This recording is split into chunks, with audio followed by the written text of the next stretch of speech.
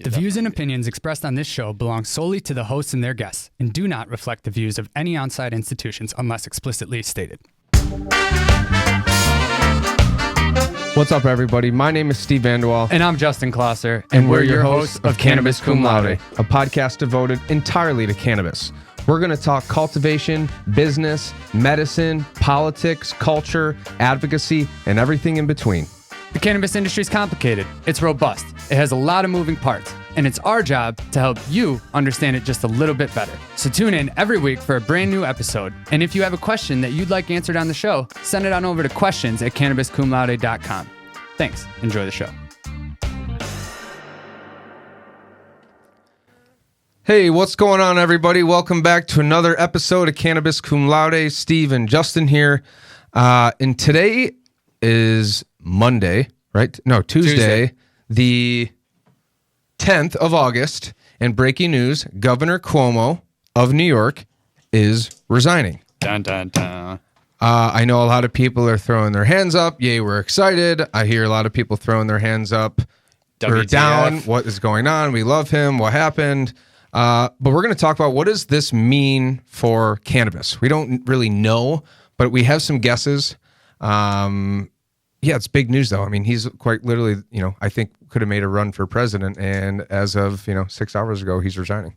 Yeah, I mean, I actually made a social media post today when I found out the news. I heard from my fiance, Kelly. She was like, Cuomo resigned? I was like, no, come on. He just said he would never do that. Went on, found out, right? Made a post, and I was like, well, I guess the legalization of cannabis only bought you a couple months, Mr. Governor. Yeah. Hey, I hope you enjoyed your summer. Yeah, what would have been a legendary move is if that comes out today and tomorrow. The regulations are released and the OCM is formed and Cuomo's all of a sudden back in power again. Right. That's not going to happen, unfortunately. He is resigning. His lieutenant governor, Kathy Hochul, who is out of Buffalo, I believe, will be taking his spot. It's a huge transition. That's said to start happening in 14 days. But the question is, what the hell does that mean for cannabis? Because we are already 3 to 4 months past when they legalized the MRTA. We knew that the order of operations had to be the establishment of the Office of Cannabis Management, right? The New York State Regulatory Board, yet to happen, followed by the regulations and the outlining of the meat and potatoes of the MRTA. Like, what does license allocations look like? What are the meat and potatoes? Yet to happen, because that can't happen without the formation of the OCM. And don't forget the Cannabis Control Board, yet to happen. Yet to happen. So these two major regulatory bodies, which both were going to have members, which were influenced by the executive branch, right, the governor's office, are now completely up in the air because the governor's transitioning.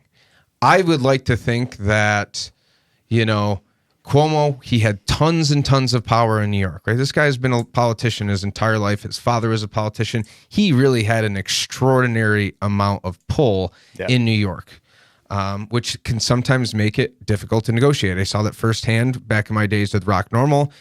He even having two governing bodies of the Senate and the House, which comprised tons and tons of people and staff. I mean, he still has the ultimate power. Now, the governor's still a very powerful person, but Kathy Hochul just doesn't have the notoriety and the power that Governor Cuomo has. So, now it's a matter of, is cannabis going to be a priority in Governor Hochul's administration? Because she's going to have to transition, which is going to happen in 14 days. Probably going to have to, reassign staffers, bring on her team. There's going to be a transition period, just like there is with the presidency. Who knows how long that'll take?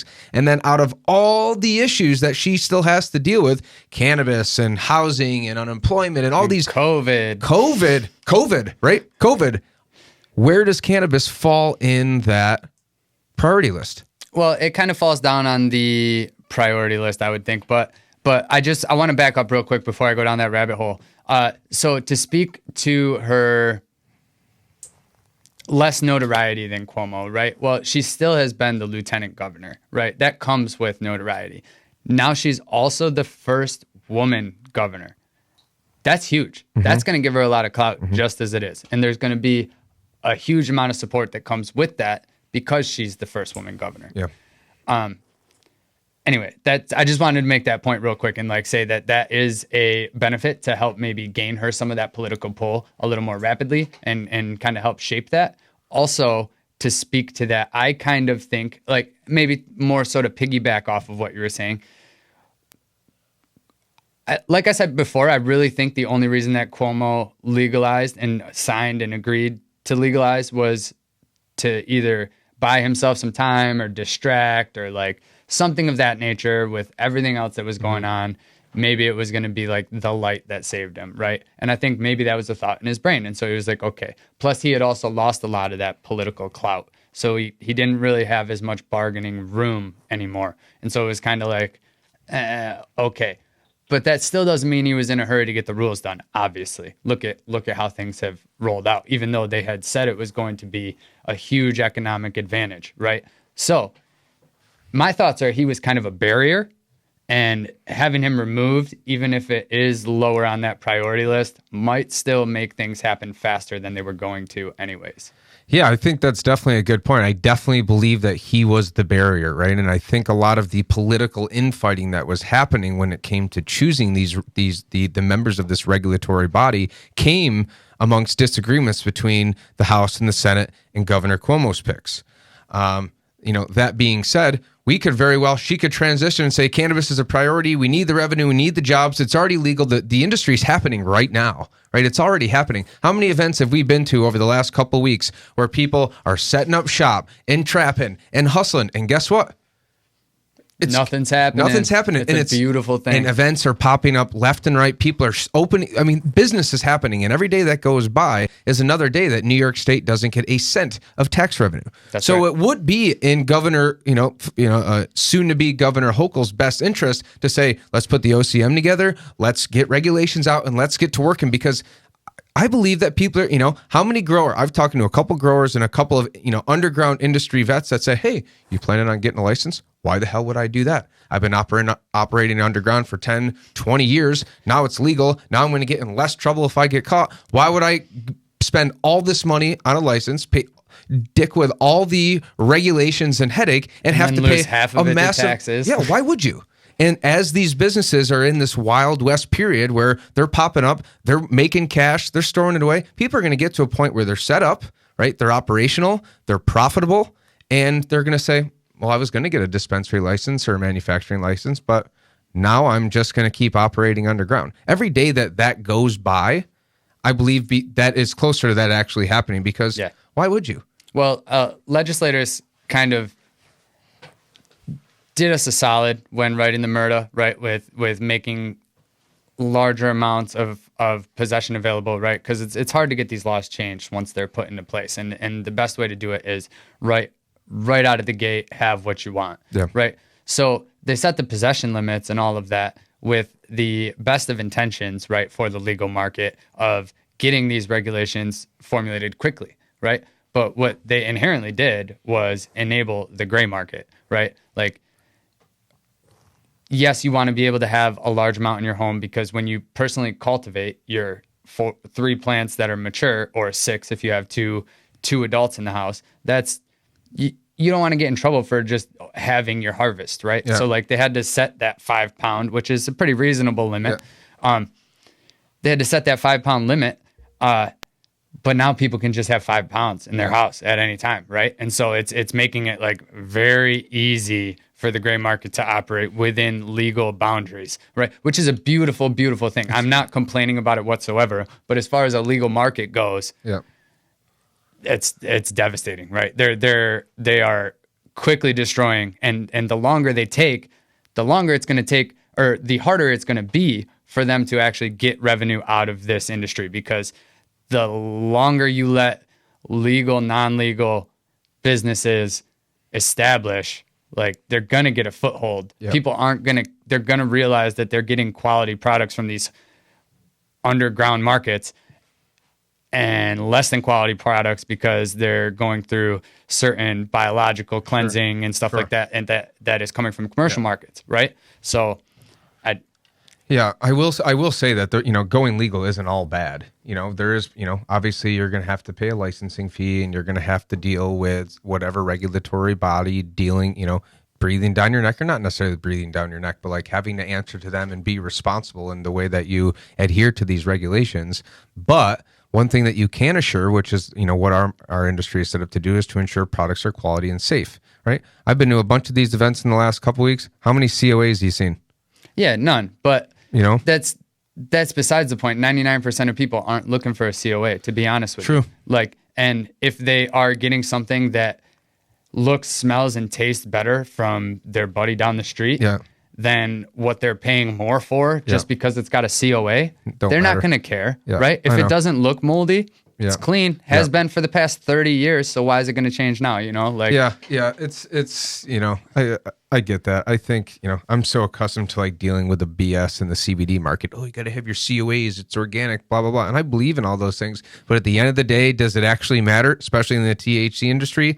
To most. Nope. People want it to get high. They want the weed to be gas. If it looks good, it smells good, and if it looks good and it smells good, it probably is good, right? You can tell a lot about it by looking. If it's shiny and got trichomes all over it, it's probably a good quality product. Maybe it's not genetically a 30%er, but it's still going to be a chemically rich, very stimulating and very psychoactive product. So if it gets treated with ozone to make sure it passes microbial testing in order to reach the to be able to hit the market, that just destroys phenomenal bud. You know what I mean? Like, what did you even bother putting any effort into it? You might as well just throw it outside and then ozone it after, Yeah. And I don't know. I think the reality is we've been, this industry has been blooming since, 30s, right? The early to mid 1900s, back during, when Prohibition really started. And even in all the weed's been unregulated, right? And even still, no one's really gotten that sick or had any, there's not a ton of reported issues. So it's like, okay, even on your bad day, you get a moldy piece of cannabis, which probably in all of our lifetimes, we probably had a moldy piece of cannabis and probably smoked it.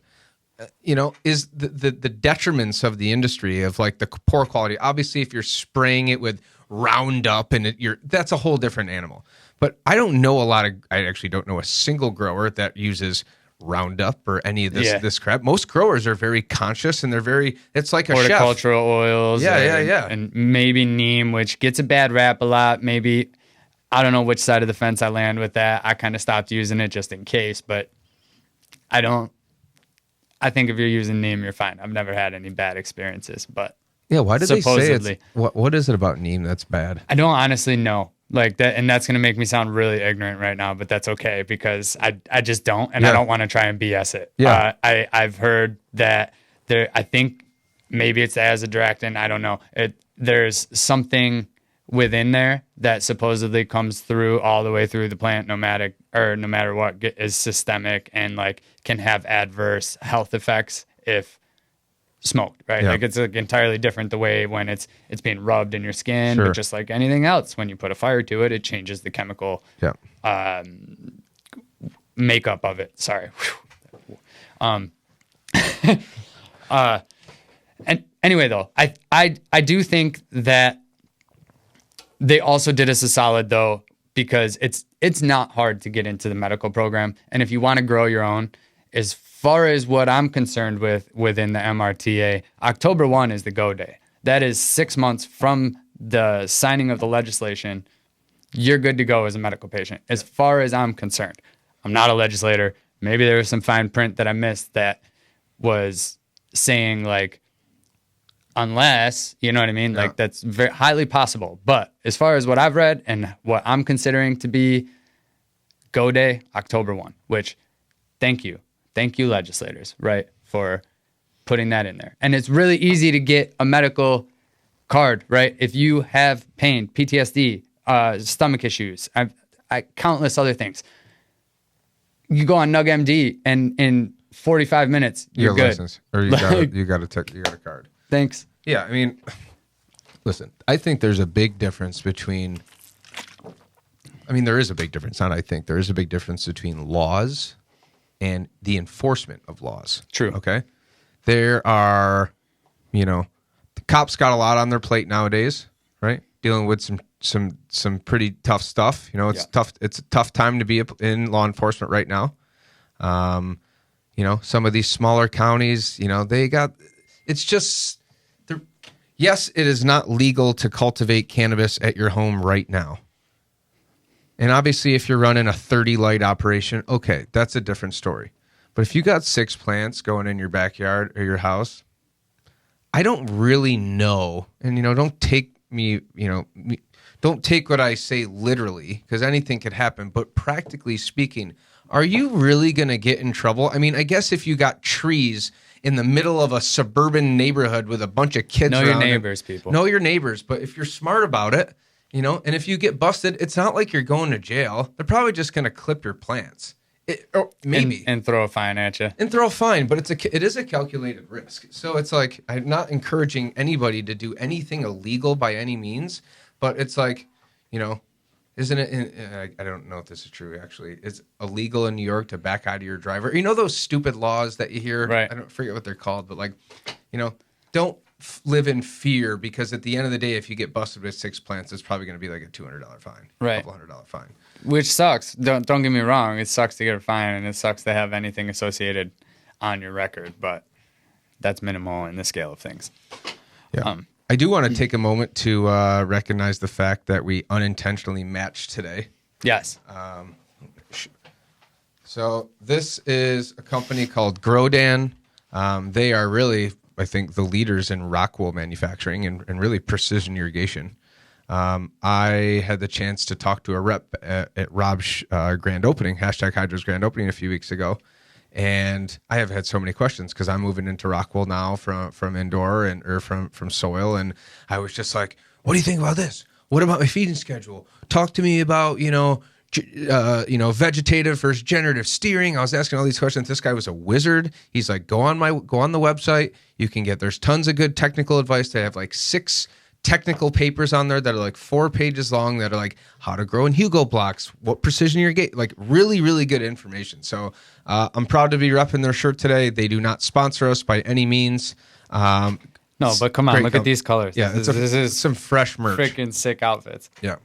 I will tell you, though, I've been obsessing a bit about transitioning to hydro, and I have all my equipment and everything ready to go. And, the toughest thing is like, how do you dial in, with the rock bowl, you got to do your first initial soak, playing around with EC and measuring all your stuff and getting your timing down and dry bag. And I really feel like for the first time that I am ready to grow hydroponically like a grown man. I'm very excited about it. I'm excited to see what you can do. I think I'm going to run the entire FloraFlex line, both the V1, V2, the B1, B2, both foliars, the full tilt, there's one more piece. But I'm going to run the whole line and see what happens. Hell yeah. I mean, FloraFlex has proven results. I gave a brand new grower, and he came to me and said, hey, give me a setup. Don't care what it costs. Never done this before. Probably going to ask you a bunch of questions. Didn't end up asking me very many questions and ran with the setup I told him to get. Yeah. His plants kind of embarrassed me, like as far as what mine were looking like. And so I switched over to FloraFlex as well. So what are you going to do? Yeah.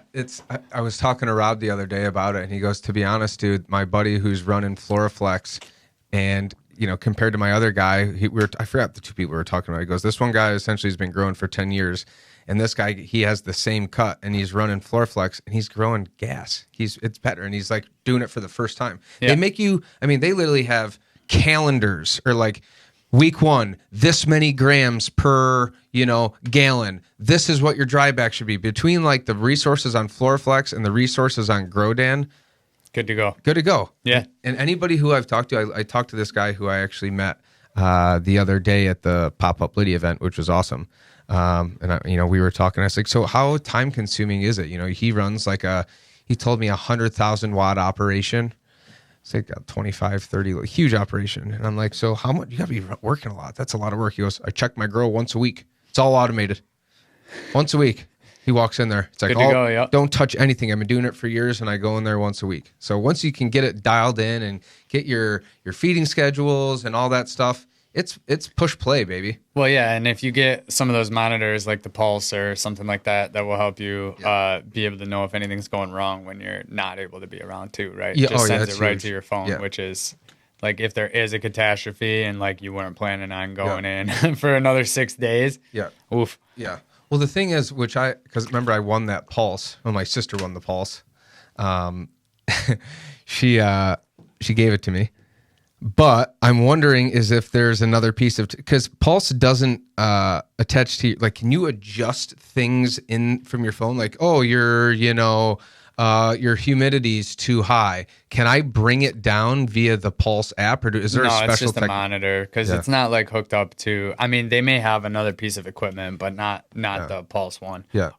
There are monitor controllers, I believe, where you can set the monitor, set it to specific parameters. I mean, these are more like for Commercial a greenhouse. shit. Yeah. You know, like they're not cheap items to have. Yeah. But if you really wanted to do it right and you really wanted to get it fully automated, that's the way to do it.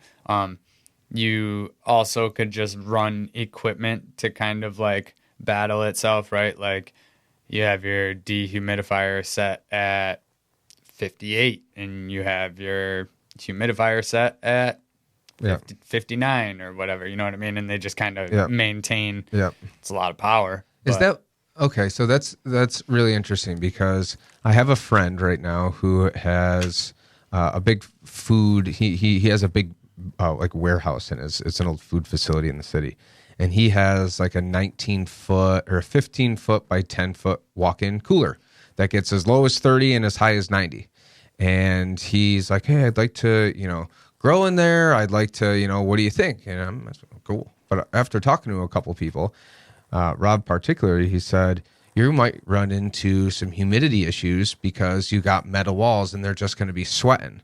So I'm trying to figure out, what's the best way to manage it. But are you saying if you just put a dehum in there and a humidifier and set them like 1 degree apart or 1% apart, that's a good way to solve the problem? Yeah, that's how the Rasta Man does it. I personally don't like to put a humidifier in there just because I feel like I'm typically trying to reduce humidity as opposed to get it more humid in there, so it just hasn't been an issue.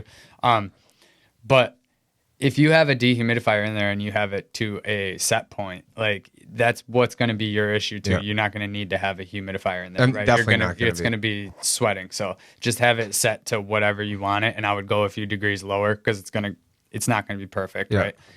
Unless you really spend on it. And just have that little bit of variance so that you can keep the humidity down. But that's it. And then you're going to want probably, if you're running sealed, just dehum. But you're going to have to direct hose that out, or you're going to have to be in there dumping the bucket a lot. That's the thing. Is that like a once a day bucket, or in a grow it'll probably more often. Really? But you can get the one with the hose on it. You know what I mean? And you hook up a hose, set that hose up to a drain, and adios. It just keeps going whenever. Get my notebook. Yeah. Okay, right there. That's some knowledge right there. Appreciate that. Yeah. Okay, so I think this is probably a good time to transition over to part 2, do listener questions. Absolutely. Kind of to sum up today, Governor Cuomo resigned. Lieutenant Governor Kathy Hochul is going to be taking his spot. What we're trying to figure out is how does that impact cannabis? Could it be a blessing in disguise, right? Because we know that Governor Cuomo was a really big barrier in kind of a lot of these things happening. There's political infighting, blah, blah, blah. Or could the transition period and all the stuffs that, and all the other issues that politicians have to deal with going to put us farther down the road? We'd love to know your thoughts. So if you want to go ahead and leave them in the comments, let us know what you think let us just know what you think about Governor Cuomo's resignation. And we also would love to know what impact you think that's going to have on cannabis. I'm really curious to see kind of what the public has to say about this. Because we're just you and me, right? Like we could spitball all day, but at the end of the day, I would say cannabis people are really happy. Obviously, and let's be very clear that it is something that he should resign for. Some of the remarks and some of the things that happened were very disturbing and insensitive, and I think to some extent people are like, oh, he's just an old school Italian guy, blah blah blah. But like, dude, you're a governor. And some of the shit that you said to women is repulsive. Yeah. And I'm glad he's out. Yep. I mean, I've never really been a huge fan. So I used to have one of those gun. Oh, the Cuomo. Yeah. Yeah. So anyway, so that's a good time to wrap it up. Don't forget to like and subscribe, people. It costs you absolutely nothing to show us your support that way, and it really helps us bump our numbers. And yeah, we'll see you on Monday for round 2. Thanks to our friends here at Rockbox Recording and Production in Rochester, New York. They are a full professional podcast and video studio designed by a radio guy for podcasters. Audio, video, voiceovers, editing, whatever. Mouth off at Rockbox at rockbox.com. You can follow Cannabis Cum Laude on LinkedIn, Facebook, Instagram, Twitter, and Cannabis. Type Cannabis Cum Laude into your search bar and you should be able to find us, but the links will also be posted in the episode notes as well. If you want to help support the show, head on over to Patreon, and that will ensure that we're able to keep the best quality sound and video coming to you on a regular basis. And if you liked what you heard today, please don't forget to rate and review the show.